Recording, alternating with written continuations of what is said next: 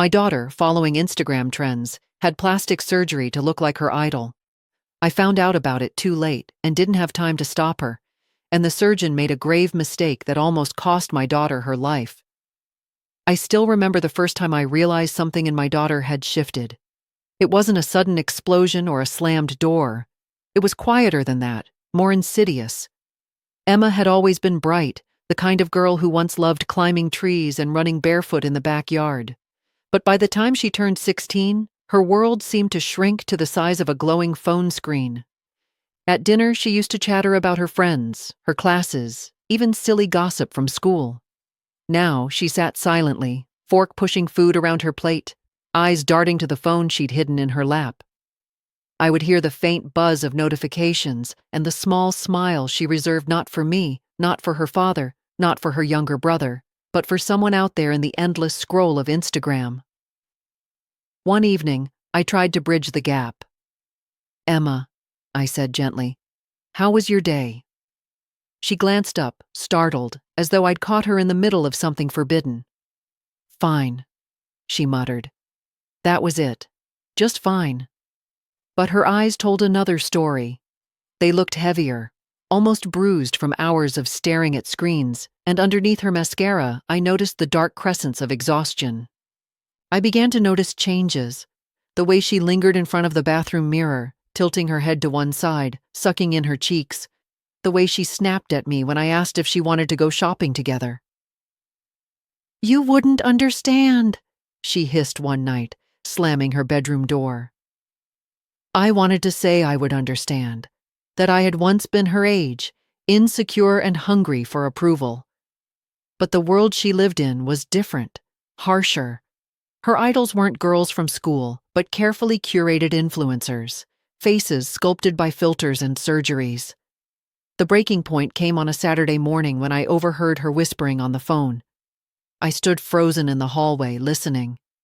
"I don't care what Mom says." Emma's voice trembled with excitement and defiance. "She doesn't get it. This is my chance. If I look like her, everything will change. People will finally see me." My stomach dropped. Look like who? I wanted to burst in, to demand answers. But I couldn't move. My legs were stone. I knew only one thing with certainty. My daughter was chasing someone else's reflection, and I was losing her in the process. That night, as I lay awake, I kept asking myself the same question over and over. How do you save someone who doesn't think she needs saving? The next few weeks were like walking on glass. Every interaction with Emma seemed fragile, every word I spoke a potential trigger.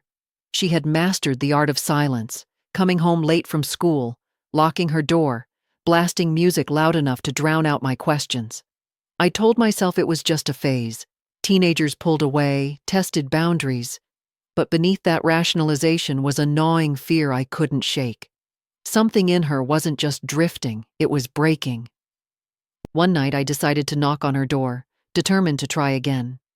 She answered reluctantly, earbuds dangling from her ears, the glow of her phone casting sharp shadows across her face. "Emma," I began carefully, "you've seemed different lately. I'm worried about you." She rolled her eyes. "You don't need to worry. I'm fine." Her voice was clipped, practiced. I wanted to press, but I'd learned that pushing too hard only made her retreat further. So I tried a softer angle. "I know social media can feel overwhelming sometimes. It's not real life, those girls, those pictures." Her face twisted. "You don't get it, Mom. Just because you don't care how you look doesn't mean nobody else does." The words landed like a slap. For a moment I couldn't breathe. She looked at me, chin raised, daring me to argue. But behind her bravado I caught a flicker, fear, desperation, something raw and unguarded. "I care about you," I said quietly. "Not about how you look. About you." Her jaw tightened, and she turned away, pretending to adjust something on her desk. Conversation over. That night I couldn't sleep. My husband, Daniel, murmured something about giving her space, that she'd grow out of it. But I knew better. This wasn't rebellion. It was obsession. I started noticing things. a hidden envelope of cash in her drawer, receipts from online clothing stores I'd never heard of, a note scribbled in her journal that made my blood run cold. New face, new life. I felt like an intruder reading my daughter's private words, but I couldn't stop. My heart pounded as I pieced it together. She wasn't just admiring her idol online. She was planning something. I confronted her the next morning, my voice trembling.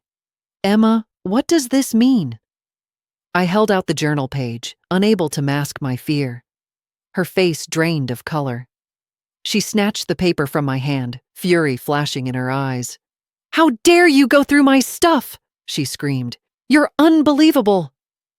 "I had to," I whispered, "because I love you, and I'm scared of what you're doing to yourself." For a heartbeat, silence hung between us. Then she shoved past me, slamming the door so hard the frame rattled.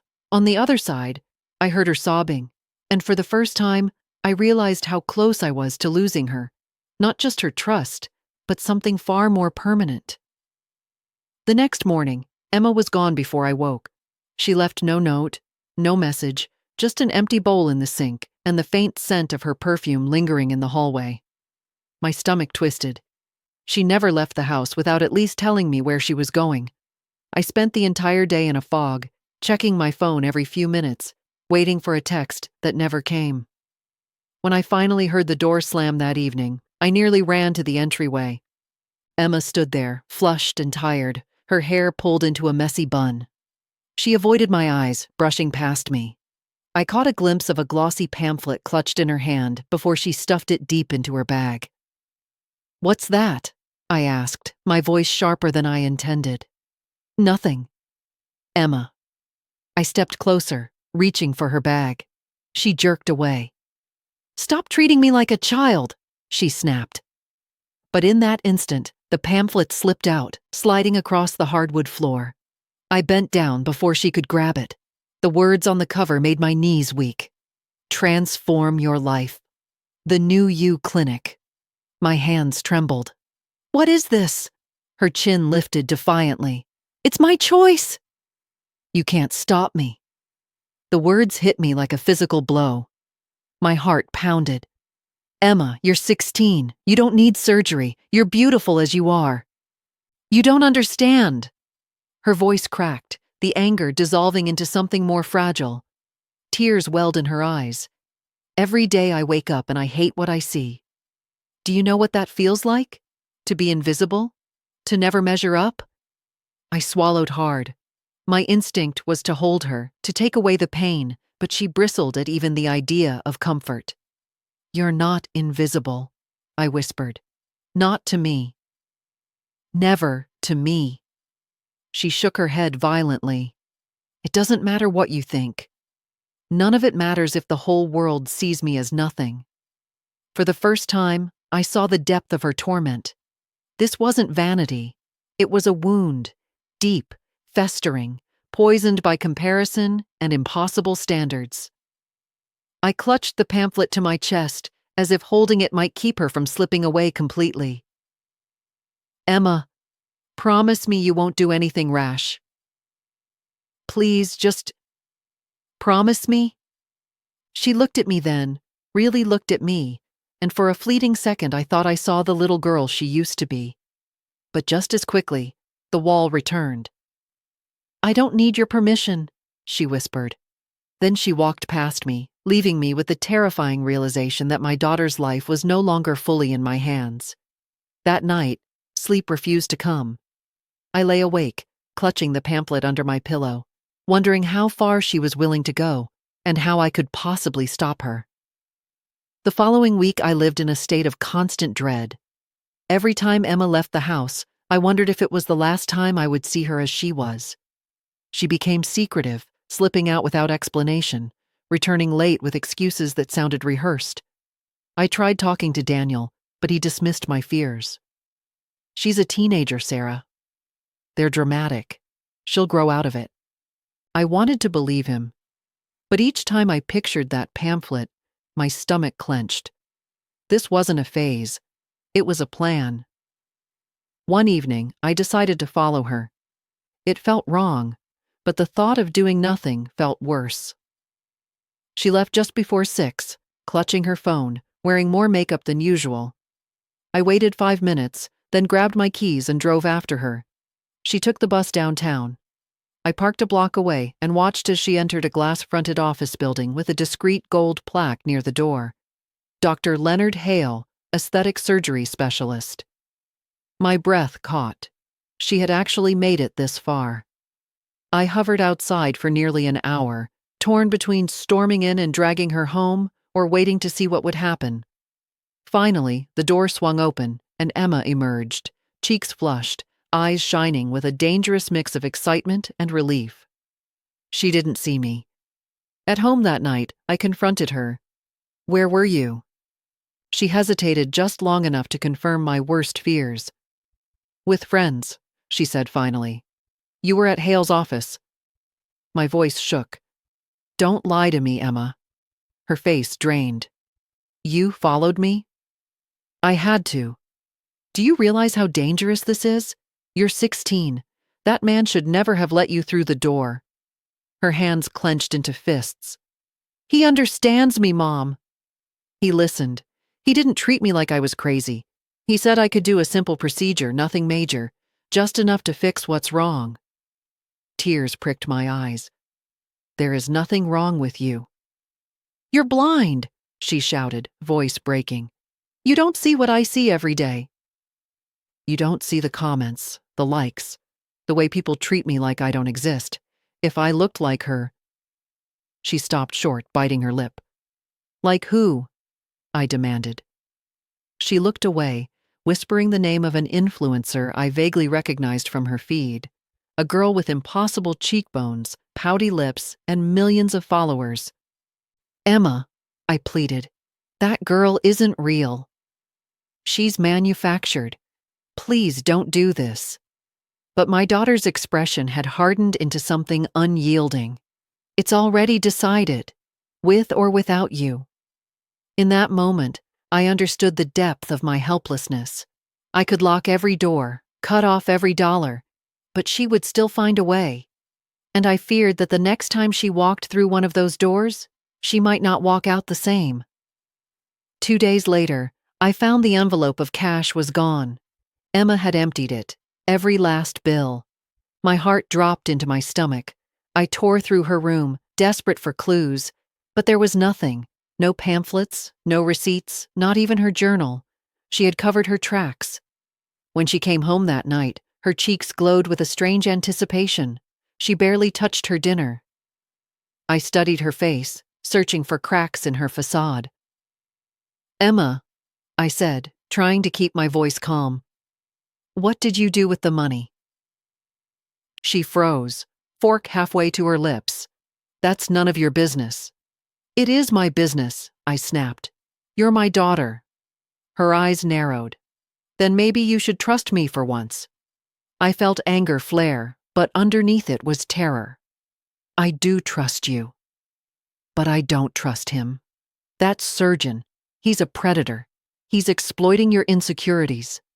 Emma slammed her fork onto the plate. "You don't know him. He said he believes in me. He said he can help." I wanted to scream, to shake her, to demand she see reason. Instead, I reached across the table, grasping her hand. "Sweetheart, please.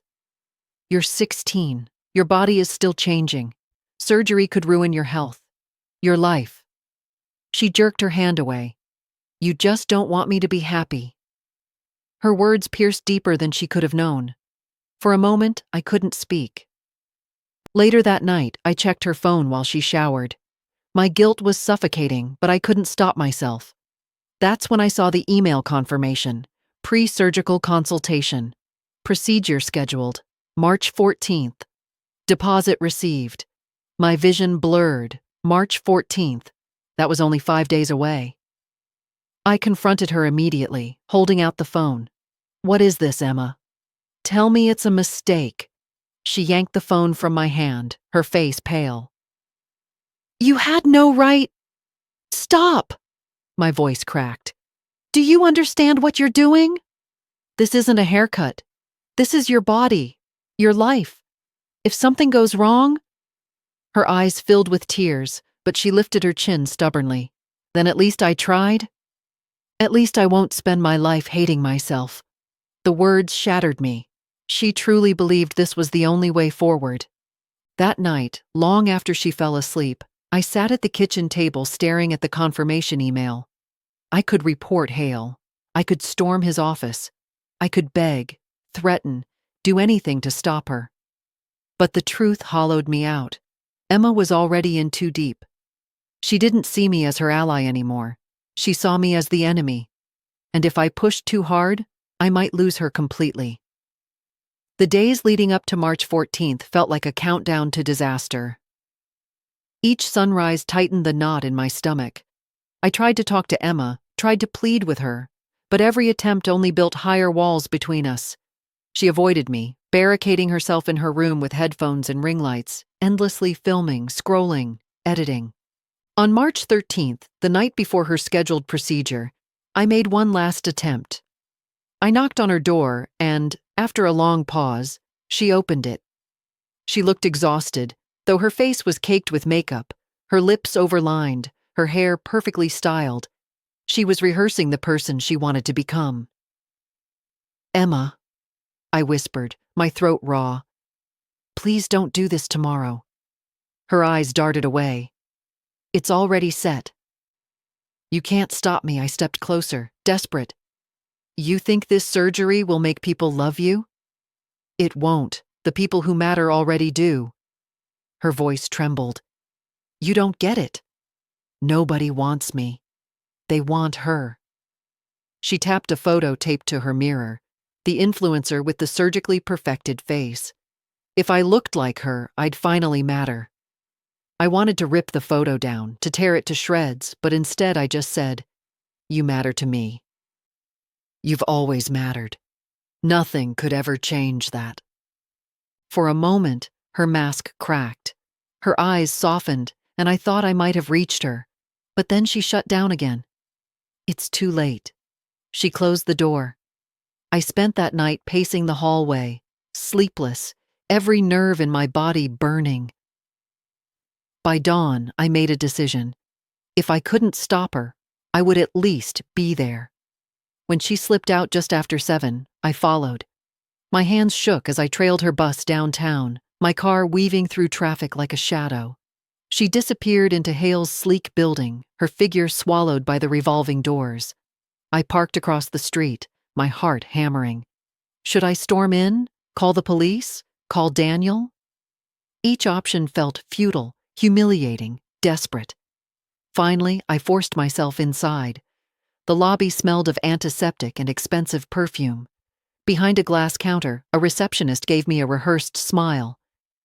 "I'm here for my daughter," I blurted. "Emma Carter." "She shouldn't be here."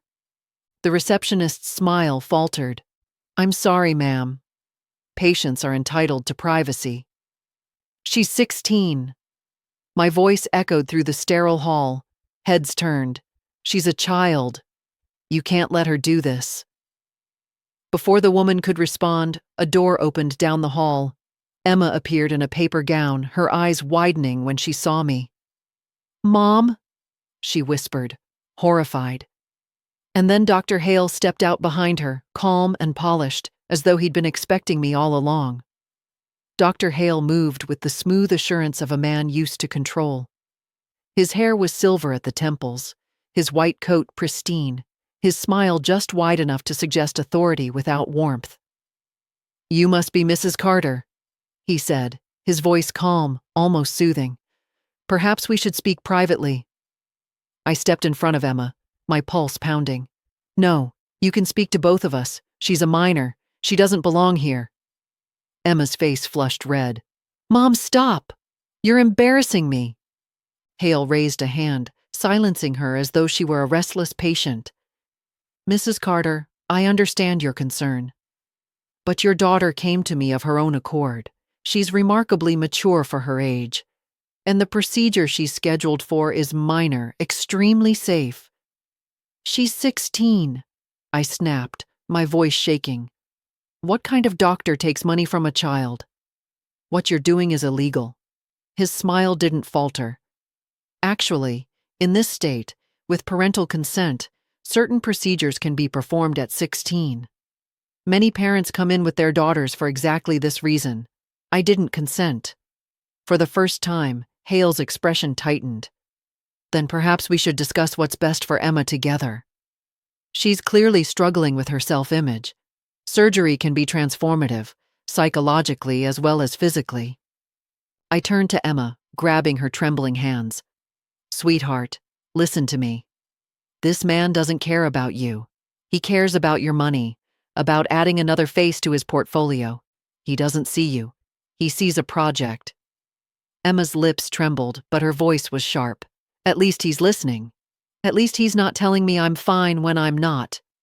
Her words sliced deep. I wanted to argue, but Hale stepped in smoothly, his tone like velvet. Emma, why don't you go back with the nurse for a moment? I'll join you shortly. She hesitated, glancing between us, then disappeared down the hallway. The moment the door shut, I turned on him. You're a fraud. If you touch her, I'll report you to every medical board in the country. I'll shut you down. Hale leaned closer, lowering his voice. Careful, Mrs. Carter.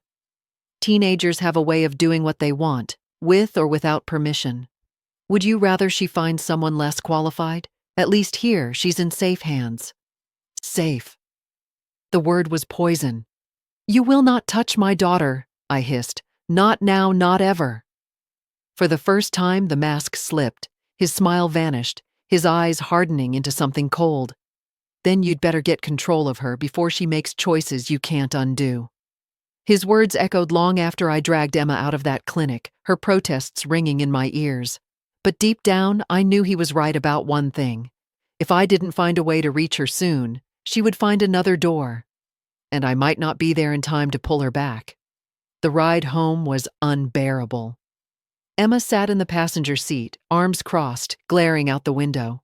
Her reflection in the glass looked older than her 16 years, hardened, as if she had already chosen sides. You had no right, she muttered finally, her voice low but cutting. No right to humiliate me like that. I tightened my grip on the wheel. I had every right. You're my daughter, and he's a predator. She let out a bitter laugh. You don't know him. He actually cares. He didn't talk down to me like you do. He didn't make me feel crazy. I swallowed hard, forcing my voice to stay steady. He didn't care, Emma. He saw you as money in his pocket. That's all. She whipped around to face me, her eyes blazing. At least he offered me hope. You just want me to stay miserable forever. The words pierced straight through me. I pulled the car over abruptly, my hands shaking. Emma, listen to me. I know you think I don't understand, but I do. I know what it's like to hate the mirror. I know what it's like to think you're not enough. She froze, startled. I forced myself to go on, my throat tight. When I was your age, I starved myself for months.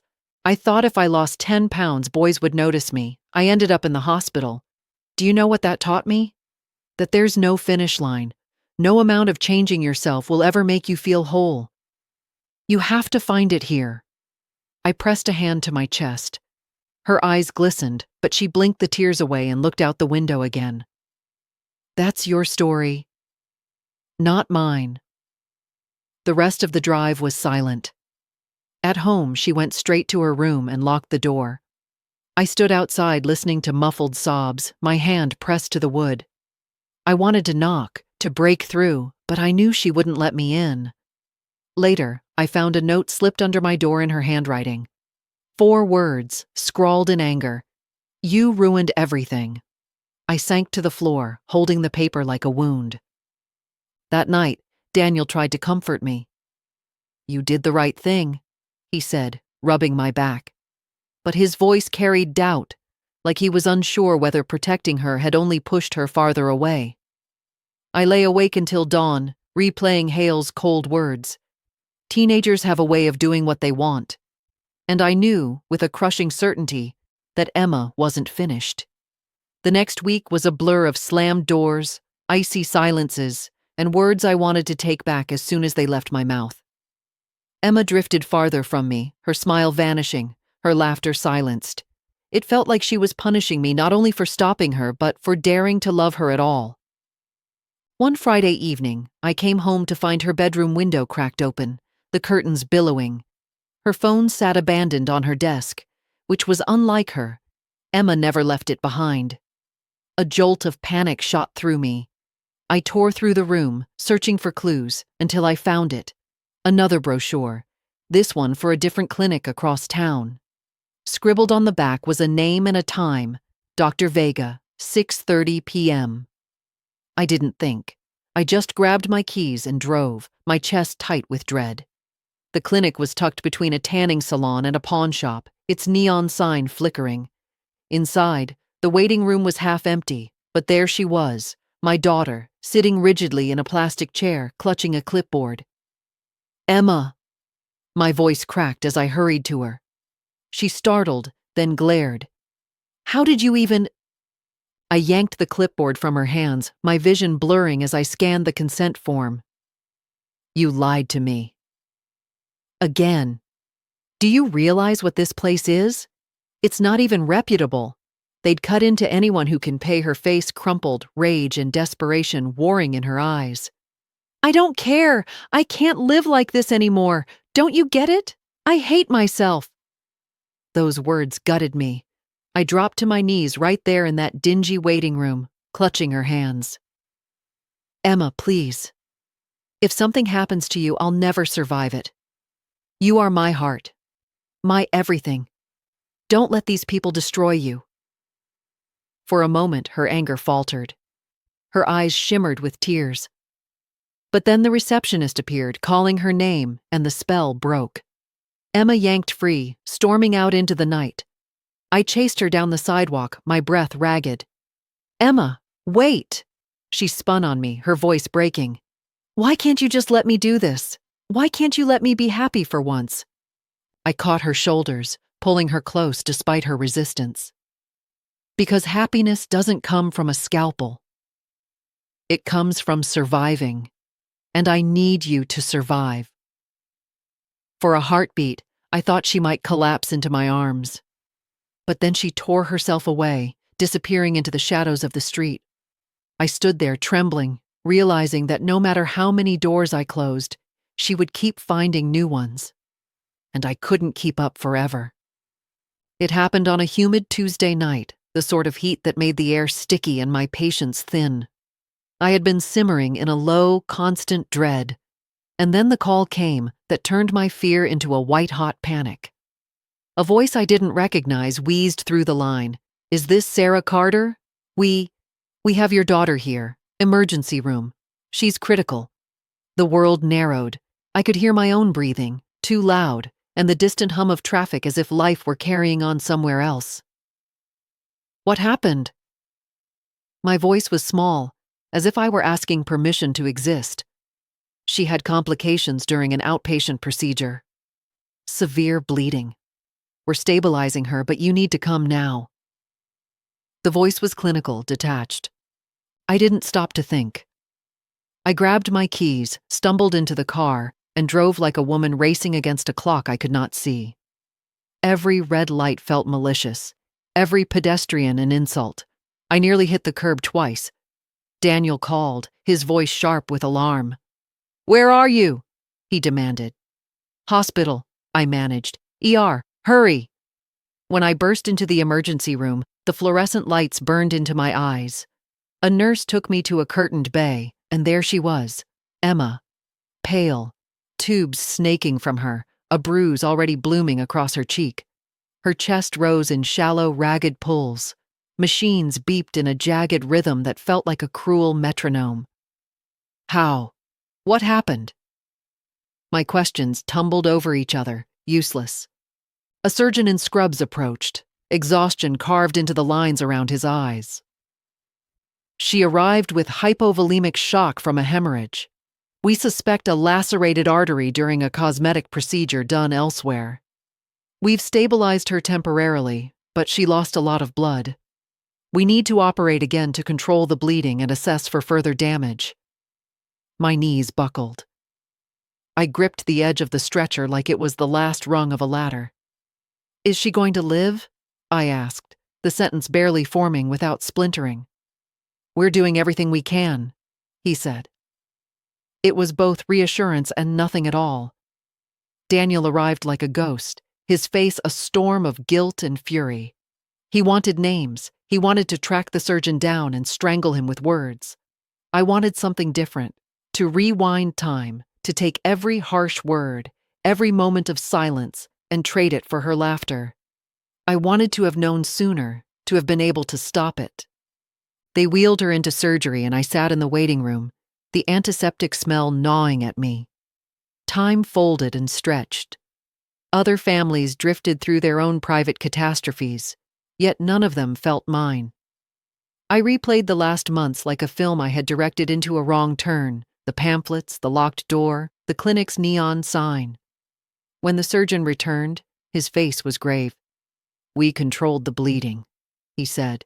"She's stable for now, but she required significant transfusion." There was unsterile technique and what appears to be a botched procedure with poor hemostasis. We'll need to consult plastic surgery and possibly ENT. There's also risk of infection, airway compromise. My throat closed. Who did this to her? He hesitated, the professional restraint of someone trying to shield me from an uglier truth. "We're still tracing that. But she was treated at an unlicensed facility. We've alerted authorities." Unlicensed. The word hung like acid. My stomach dropped. The horror wasn't only that my daughter had been cut, it was that she'd trusted someone who had no right to a scalpel. I wanted to scream at the world, at Dr. Hale who'd set the precedent, at myself for not seeing the signs. But there was a sound that tore through everything, a ragged cough from the corridor. I turned, and for a fleeting, blessed second saw Emma's fingers twitch under the sheets. She wasn't out of the woods. Not yet. But she was still breathing. The ICU was a different world. Machines beeped in cautious harmony, nurses moved like ghosts, and the air carried the faint scent of antiseptic and fear. Emma lay pale and fragile, her face partly obscured by tape and tubing. I barely recognized her. I sat by her bedside, clutching her limp hand, whispering words I wasn't sure she could hear. "I'm here, sweetheart." "I'm not going anywhere." Daniel stood at the foot of the bed, fists clenched, eyes red. He was a man built on certainty, on fixing things, but now he looked hollow, powerless. "She's just a kid," he muttered, over and over, as if the repetition might rewrite reality. Hours blurred. At some point, a detective arrived, a woman with sharp eyes and a notebook in hand. She asked questions in a measured tone. Where had Emma gone? Who had she seen? Did we know the name of the clinic? I handed her the brochures I had collected, including Hale's. My voice shook. It started with him. He encouraged her. If he didn't cut her, then someone he pushed her toward did. The detective nodded grimly. "We've had complaints about him before." Nothing stuck. But this? She gestured toward Emma's small broken body. "This is different." When she left, silence swallowed us again. Daniel rubbed his face, then whispered, "Sarah, what if she doesn't come back from this?" The thought was unbearable. I squeezed Emma's hand harder, leaning close. "You will come back. Do you hear me? You have to." The next morning, she stirred. Just a flicker, her eyelids twitching, her fingers curling faintly against mine. My heart leapt. I called for the nurse, and within seconds the room filled with voices and movement. They dimmed the sedation, and slowly, painfully, Emma's eyes opened. Her gaze was unfocused at first, her lips cracked, but then, finally, her eyes found mine. For a long moment, we just stared at each other. I had imagined this moment so many times, but nothing prepared me for the flood of relief, the ache of seeing her alive. Her voice was a whisper, ragged. "Mom?" I bent close, tears streaming. "Yes, baby. I'm right here." Her brow furrowed weakly. "Am I ugly now?" The words cut deeper than any scalpel. I kissed her hand, shaking my head. "No, you're beautiful. You're mine. That's all that matters." Her eyes fluttered shut again, but not before a single tear slid down her cheek. As I sat there holding her hand, I knew the battle wasn't over. The physical wounds might heal, but the deeper ones, the ones carved into her heart by a world that told her she wasn't enough, would take longer. And I vowed I would fight them all, every last one, if it meant saving my daughter. The first weeks after the ICU felt like walking through fog. Emma's body began to mend in the clinical, patient way of stitches knitting and bruises fading. But the angles of her face were new to me. Jagged, swollen, a map of a violence I couldn't erase. She moved slowly, as though her limbs had to relearn themselves, and her voice came out like someone who had practiced speech in a dream. Visitors came and went, relatives who hovered awkwardly at the periphery, neighbors who brought casseroles and meaningful looks, and teenagers from school who avoided our street like it had been branded. Daniel tried to hold everything together, work calls, insurance, the logistics of specialists, but evenings still found him collapsing into a chair with his forehead in his hands. I stopped pretending I could shoulder it all. Instead, I learned to say the small, hard things. "I can't do this alone," and then, "Please sit with me." He did. Emma's days were a slow choreography of wound checks, antibiotics, and pain management. The doctors spoke in careful, professional cadences. There had been nerve trauma, a risk of scarring that might never fully fade, and a psychological toll no prescription could fix. A plastic surgeon visited, one of the hospital's consultants, speaking of staged reconstructions and cautious optimism. His measured voice promised possibilities without promising miracles. It was both balm and blade. The emotional work, though, was a different clinic. Emma woke most nights with panic, hands clawing at sheets, words of self-loathing spilling from her in the dark. "I wanted this," she whispered on one brutal night, face wet with tears. "I did this to myself." My own guilt twisted around her confession like a physical thing. I wanted to say, "No, you didn't." But the truth sat heavy. She had paid, signed forms, believed in a fantasy. The cruelty of that reality made my throat ache. We found a therapist who specialized in adolescent trauma and body dysmorphia. On her second session, Emma sat rigid and watchful, as if cataloging whether the woman in front of her would betray her. The therapist didn't rush her. She offered techniques, grounding, journaling, a way to call the body back into safety. Little by little, Emma learned to say the words she'd been swallowing. "I'm afraid." Saying them made her smaller and, paradoxically, more whole. The detective called with a patchwork of news, an indictment in process, a sting on unlicensed clinics, Hale's name surfacing in multiple threads of complaint. It felt momentous until I realized legal victories wouldn't erase a scar or the months of therapy that lay ahead. Justice would be slow and impersonal. Healing would be painful and intimate. Between appointments, Emma and I did small, ordinary things to anchor ourselves. We relearned how to make pancakes together, how to argue about the right way to fold a fitted sheet, mundane rituals that felt like stitches for our frayed family fabric. Once, while folding laundry, she laughed, an uncertain, breathy sound.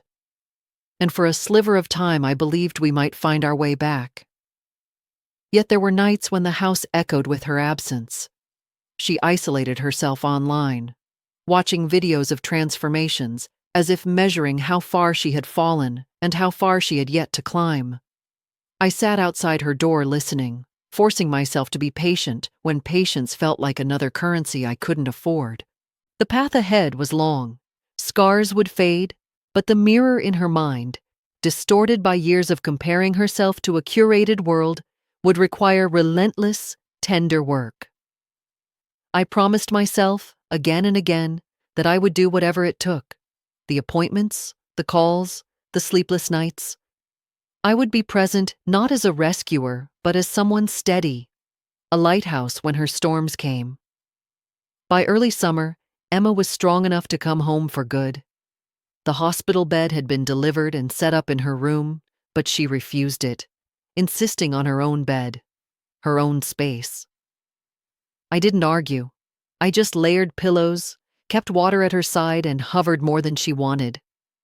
The first days were quiet, too quiet. She spent hours staring at her phone, though I knew she wasn't posting anymore. The comments on her last pictures had turned vicious, the kind of cruelty only teenagers and strangers hiding behind screens could craft. Words like freak and monster had carved themselves into her fragile sense of self. One afternoon, I found her curled on her bed, scrolling with shaking hands. Her face was blotched with tears. "They won," she whispered when I sat beside her. "They got exactly what they wanted." I gently took the phone, setting it face down on the dresser. "No," I said firmly. "They only win if you let their voices drown out your own. And mine. And everyone who loves you." She didn't answer, but she leaned into me, just slightly, and I counted it as a victory. The therapist suggested small steps: walks outside, short visits with trusted friends, journaling feelings instead of bottling them. Emma resisted at first, claiming it was pointless, but one evening she handed me a page she had written. The handwriting was shaky, the ink smudged. "I don't know who I am anymore. I feel like my face belongs to someone else. I don't know if I'll ever recognize myself again." Reading it broke me, but it was also the first time she had let me into her private storm. I kissed her forehead and whispered, "We'll find her again." Together, Daniel tried his own way of reconnecting, buying her sketchbooks, encouraging her to draw. At first, the pages stayed blank. Then, slowly, tentative lines appeared. Faces, eyes, hands. They were raw, unfinished, but they were hers. I saw a glimmer of the Emma who once drew castles in sidewalk chalk, who once believed she could build worlds from imagination instead of reshaping her body. But progress was fragile. Some mornings she refused to get out of bed. Other nights I heard the muffled sobs through her door. The scars on her face, though healing, reminded her daily of what she had lost, or believed she had lost. One night, while I was folding laundry, she asked quietly, "Do you think anyone will ever look at me and not see what happened?" I set the basket down and met her eyes. "Yes. But first you have to believe it yourself." Her lips trembled, but she nodded faintly. It wasn't hope, not yet, but it was the start of something like it. The letter came in mid-July, tucked inside a plain white envelope with the state seal embossed in blue. I opened it at the kitchen table, my hands shaking before I even knew why. Inside was a subpoena. Emma's name listed as a victim and potential witness in the case against Dr. Leonard Hale and several associated clinics. I stared at the words until they blurred. Emma, who could barely face herself in the mirror, was now expected to face the man who had preyed on her desperation. That evening, I sat with her on the porch, the air thick with fireflies and humidity. I handed her the letter gently. She read it once, then again, her face paling. "I can't," she whispered. "I can't sit in a courtroom and let everyone see me like this. They'll stare. They'll judge. They'll whisper about what I did." I placed a hand on hers. "You don't owe anyone your shame, Emma. You didn't do this to yourself. He did this to you. He used you." She shook her head violently. "I walked into that office. I signed the papers. I begged him to do it. How is that his fault?" Her words were sharp, but I heard the guilt beneath them. "Because you were 16, I said firmly. "Because you were a child who believed lies sold to you by people who profit from insecurity. That's not consent. That's manipulation." For a long time, she said nothing. The cicadas buzzed in the trees, their chorus filling the silence between us. Finally, she whispered, "What if I fall apart up there?" "Then you'll fall apart," I said softly, "and I'll be right there to hold you up." The trial preparation was grueling. Lawyers came to the house, asking her to recount every detail. Each time she grew paler, her hands trembling as though the words themselves carried weight. I hated them for making her relive it, but I also knew it was necessary. Daniel grew angrier with each meeting, muttering about broken systems and predators in white coats. One night, he punched the wall so hard his knuckles split, then collapsed into a chair, burying his face in his hands. "She's a kid," he whispered. "She should be worrying about prom dresses, not depositions." Emma looked at him then, her eyes hollow but determined. "Prom dresses don't save anyone. Maybe this will—" It was the first time I'd heard conviction in her voice in months. Still, when the trial date arrived, she clutched my hand so hard in the courthouse hallway that my fingers went numb. I leaned close, whispering, "Breathe. Just breathe." And when the courtroom doors opened, we walked in together, fragile, terrified, but side by side. The courtroom smelled faintly of polished wood and stale coffee. The ceiling loomed high, the judge's bench towering over us like something out of a storybook. But this was no story. It was the arena where my daughter's pain would be picked apart, dissected, doubted. Emma sat beside me at the plaintiff's table, her hands icy in mine. She wore a simple dress, long sleeves despite the summer heat. The fabric brushed her healing scars, hiding what she feared others would see first. Across the room, Leonard Hale entered. Immaculate suit, hair slicked, the same polished smile I'd seen at the clinic. My stomach knotted. His eyes skimmed the room, pausing on Emma with a detached curiosity, as though she were a puzzle he'd once solved and forgotten. Emma flinched. I tightened my grip. "Don't look at him," I whispered. "Look at me." When the proceedings began, the prosecutor painted Hale as a man who targeted the young and insecure, cutting corners for profit. Photographs of his clinics flashed on a screen. Sterile hallways, glossy ads promising confidence and a new you. Each image felt like a dagger. Then came Emma's turn. She rose on trembling legs, walking to the witness stand with a courage I wasn't sure she had until that moment. I wanted to run after her, shield her, but all I could do was watch as she sat, took the oath, and lifted her gaze. The prosecutor's questions started gently. Her age, how she first encountered Hale's clinic, what promises were made. Emma's voice wavered, but held. She described the consultation, his calm assurance, the way he dismissed her doubts. She spoke of the money she scraped together, the forms she didn't understand, but signed anyway. Then came the defense. Hale's attorney was sharp, relentless. He implied Emma was obsessed, that she had sought out surgery against warnings, that she had exaggerated her suffering. "Miss Carter," he pressed, "didn't you beg Dr. Hale to help you? Didn't you insist this was what you wanted?" Emma froze. The courtroom seemed to tilt. My nails dug into my palms. Finally, her voice cracked. "Yes," she whispered. "But I was 16. I didn't understand. And he knew that. He knew. And he let me believe he could fix everything."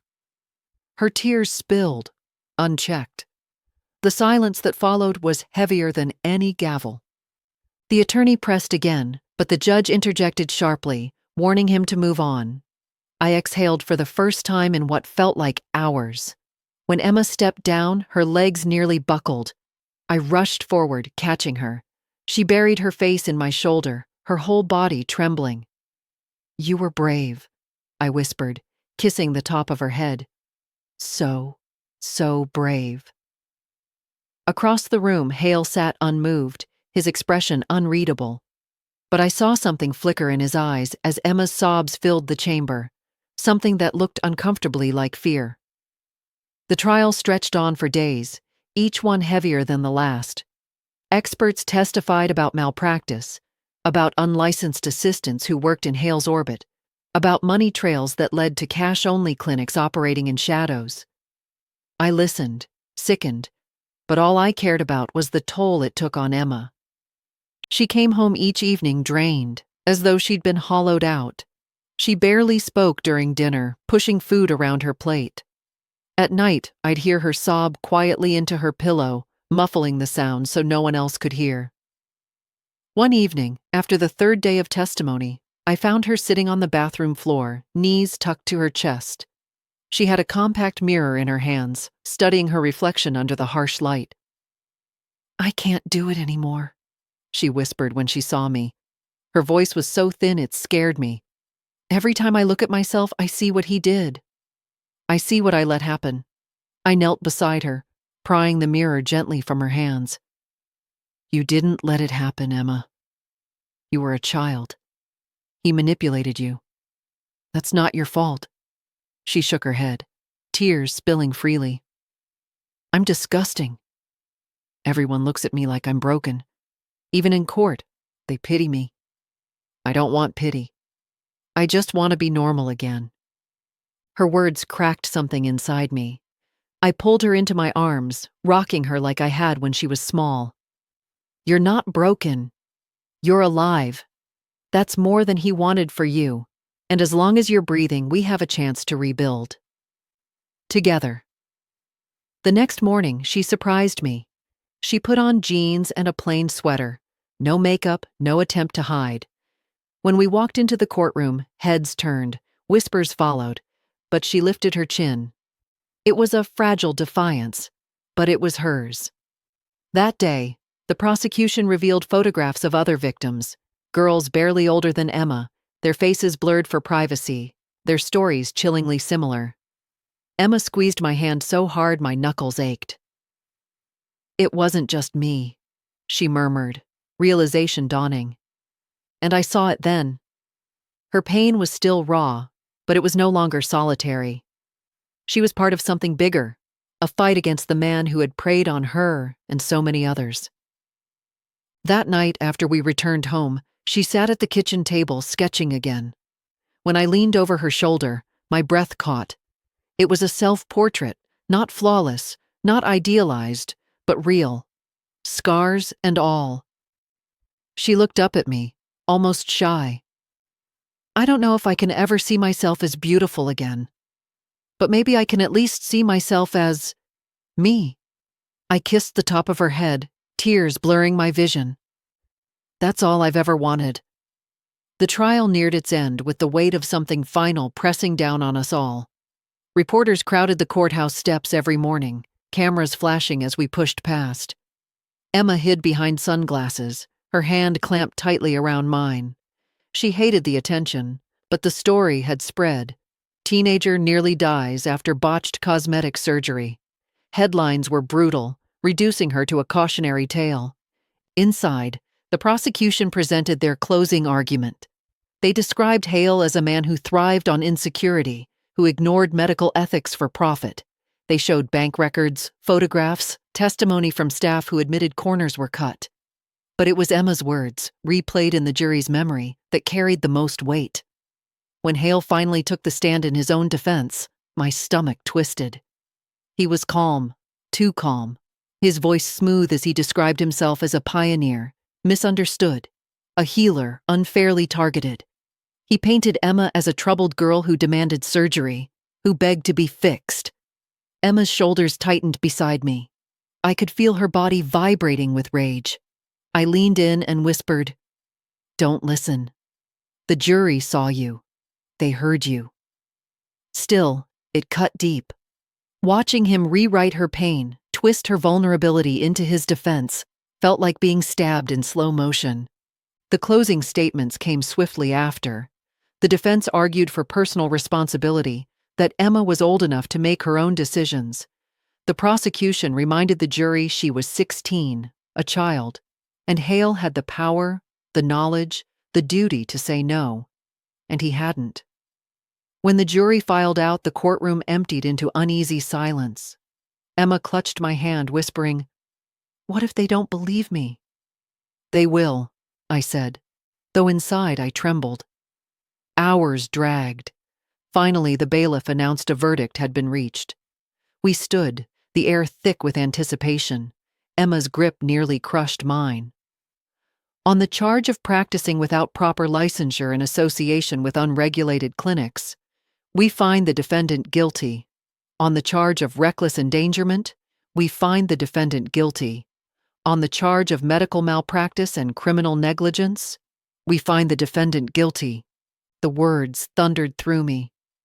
Emma's knees buckled, and I wrapped my arms around her as relief crashed in waves.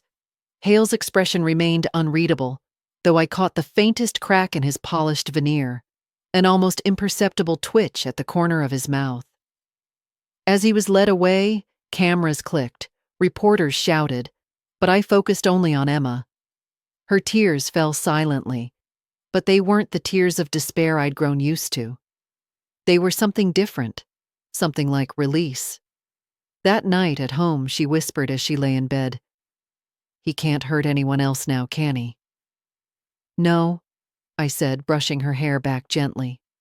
"Not anymore." And for the first time in months, she slept through the night without waking in terror. The weeks after the verdict felt strangely hollow, as though the storm had passed but left behind a flattened landscape. The cameras left, the reporters moved on to other scandals, but in our house the silence carried its own weight. Emma drifted between relief and exhaustion. Some mornings she sat at the kitchen table with her sketchbook, quietly drawing. Other mornings she couldn't get out of bed, staring at the ceiling as if it were a prison. One evening, I found her in front of the mirror again. She traced the faint ridges of scar tissue along her cheek with trembling fingers. "They'll never go away," she whispered. "No matter what I do, I'll always see him." I stepped behind her, meeting her gaze in the reflection. "Scars don't define you, Emma. They tell the story of what you survived." Her jaw clenched. "I don't want a story. I just want my face back." That night, after she went to bed, I sat at the computer and began researching surgeons, real ones this time, board certified, respected. I didn't want to push her into another operating room, but I needed to know if there was hope. My heart ached at the thought of risking her trust again, but I also knew she needed a future where the mirror didn't feel like a battlefield. Weeks turned into months. Emma kept seeing her therapist, and sometimes I'd catch glimpses of progress. Her laughter at a joke from her brother, her willingness to eat dinner at the table instead of hiding in her room. But then a bad day would undo it all, and I'd hear her crying into her pillow again. Healing wasn't linear, it was jagged, unpredictable. One afternoon, her therapist called me aside after a session. "Emma has made incredible progress," she said gently, "but she's still deeply distressed about her scars." She mentioned she might be open to exploring reconstructive options, if you were. That night I brought it up carefully, bracing for rejection. "Emma, I've been looking into surgeons. Not for vanity, for you, for healing. Only if you want to." She studied me for a long time, her eyes cautious but curious. "You'd really help me? After everything?" I cupped her face, scars and all. "I'd do anything for you. But this has to be your choice." For the first time, she didn't shut down. She nodded slowly, as though the idea was a fragile seed she wasn't ready to plant. But maybe, just maybe, she wanted to. That night, she slipped a note under my door. In shaky handwriting, it read, "Maybe we can try." And in those 4 words, I felt the first real flicker of hope for her future. The morning of the consultation, Emma was quiet. She sat at the kitchen table in a pale sweater, hands folded tightly in her lap, eyes fixed on the steam rising from her untouched mug of tea. I didn't push. We drove in silence, the hum of the tires carrying words neither of us dared to say. The clinic was nothing like Hale's glossy, predatory office. It was calm, professional, with walls lined not with advertisements, but with framed diplomas and children's drawings thanking the surgeon. The receptionist greeted us warmly, no trace of salesmanship in her voice. Dr. Michael Andrews entered with a kind of quiet presence that immediately put me at ease. He was in his late 40s, his hair streaked with gray, his eyes steady. He shook Emma's hand as though she were the only person in the room. "Emma, he said gently. I've read your file. I know you've been through a great deal, but I want you to know this is your space. You set the pace. We'll only do what you feel comfortable with. Emma nodded faintly, her shoulders tense. He examined her scars carefully, not with the cold detachment of hail, but with respect. He explained every detail, where the tissue had healed unevenly, how nerve damage might be improved, what techniques could soften and restore without erasing her completely. He didn't promise perfection, he promised possibility. When he finished, he looked directly at her. Emma, I can't make you look like someone else, but I can help you look more like yourself again. For the first time in months, I saw something shift in her eyes, a glimmer of cautious hope. She swallowed hard. Will it hurt? There will be discomfort, he admitted, but nothing you can't handle. And you'll never go through it alone. I'll be here. Every step. Emma glanced at me then, and I saw her guard falter. I want to try, she whispered. The surgery was scheduled for late autumn. The weeks leading up to it were filled with nerves, but also something else. Anticipation. Emma began sketching again, this time portraits of faces with scars, faces in progress, faces unfinished but whole. It was as if she were practicing acceptance, even as she prepared for change. On the morning of the operation, she reached for my hand in the waiting room. Mom? Yes, baby. Her eyes shimmered. Thank you for not giving up on me. Tears blurred my vision. Never. Not once. As they wheeled her away, I whispered a silent prayer, that this time she would come back not only alive but lighter, freer, able to see herself not as a reflection of anyone else, but as her own. The hours of Emma's surgery stretched like days. I sat in the waiting room with Daniel, my hands clasped so tightly they ached. Every time the doors opened and a nurse appeared, my breath caught. But it wasn't until Dr. Andrews finally stepped out, mask pulled down, eyes weary but steady, that I allowed myself to breathe. She's out of surgery, he said gently. Everything went well. It will take time to heal, but I'm optimistic. She'll need follow-ups, and the scars won't disappear completely, but she'll look like herself again. Tears blurred my vision. Thank you, I whispered, words too small for the weight of my relief. When I saw her in recovery, she was pale and groggy, but breathing steadily. Her face was wrapped in careful bandages, only her eyes visible. Those eyes fluttered open when I touched her hand. Mom? Her voice was raspy, weak. I'm here, I said, leaning close. You did it. You're safe. She closed her eyes again, a faint smile tugging at the corner of her lips. The weeks that followed were a different kind of healing. Each day, a little more bandage came off, revealing the careful work of a surgeon who hadn't tried to erase her but to restore her. Her features were still hers, softened, natural, beautiful in the way that truth is beautiful. One evening, after the final bandages were removed, Emma stood before the mirror. I hovered behind her, bracing for tears. Instead, she traced her reflection with tentative fingers, her breath unsteady. It's me, she whispered. Her voice cracked, but it carried wonder instead of despair. I look like me again. I wrapped my arms around her, pressing my cheek to hers. You always were you. This just helps you see it. That night, she posted her first picture in months, not filtered, not posed, not a mimicry of someone else. Just Emma, smiling softly, scars faint but present, her caption simple, still here, still me. The comments were different this time. Friends reached out.